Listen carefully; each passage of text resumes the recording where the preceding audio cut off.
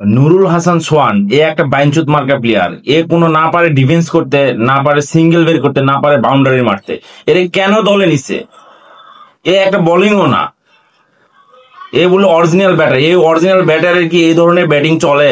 হ্যাঁ, যার হলো 20 বলে 15 রান 16 রান টি টোয়েন্টিতে আবার ওই ওই টপ অর্ডার ব্যাটসম্যানের মধ্যে নামে। ফালতু প্লেয়ার। শালা ওর চাইতে ভালো আমার নীতি। আমার যদি জাতীয় দলে চান্স দেয়, আমি ওর সাথে 3 গুণ ভালো ব্যাটিং করে দেখাবো। ফালতু প্লেয়ার নুরুল হাসান সোহান। আর একটা মাদারচোদ আছে, শালার ক্যাপ্টেনশিপ দিছে। জাকের আলী অনেক ক্যাপ্টেনশিপ দিছে। ওই কি ক্যাপ্টেনের যোগ্য? কয়দিন হলো দলে আসছে, আর কয়টা ম্যাচ ভালো খেলছে? টি-20 ম্যাচ। একটা দুইটা ম্যাচে ভালো খেললে কি ওরা ক্যাপ্টেন দিয়ে দিতে হবে? হ্যাঁ, ক্যাপ্টেন হওয়ার মতো যোগ্যতা আর কেউ ছিল না। ফালতু। বাংলাদেশের টিম ম্যানেজমেন্ট একদম ফালতু। এদের কারণে, এই টিম ম্যানেজমেন্টের কারণে বাংলাদেশে আজকে এই পতন ধরে। তারা মানে ভালো প্লেয়ার বাছাই করতে পারে না। ওই একই প্লেয়ার ঘুরে ঘুরে একই প্লেয়ারই খেলায়, দেখে আজকে এই অবস্থা বাংলাদেশের। এশিয়া কাপে সামান্য কয়টা রান, 136 রান, এটা কোনো টার্গেট হলো? এই টার্গেটের ম্যাচটা জিততে পারে না, শালা ফালতু প্লেয়ার।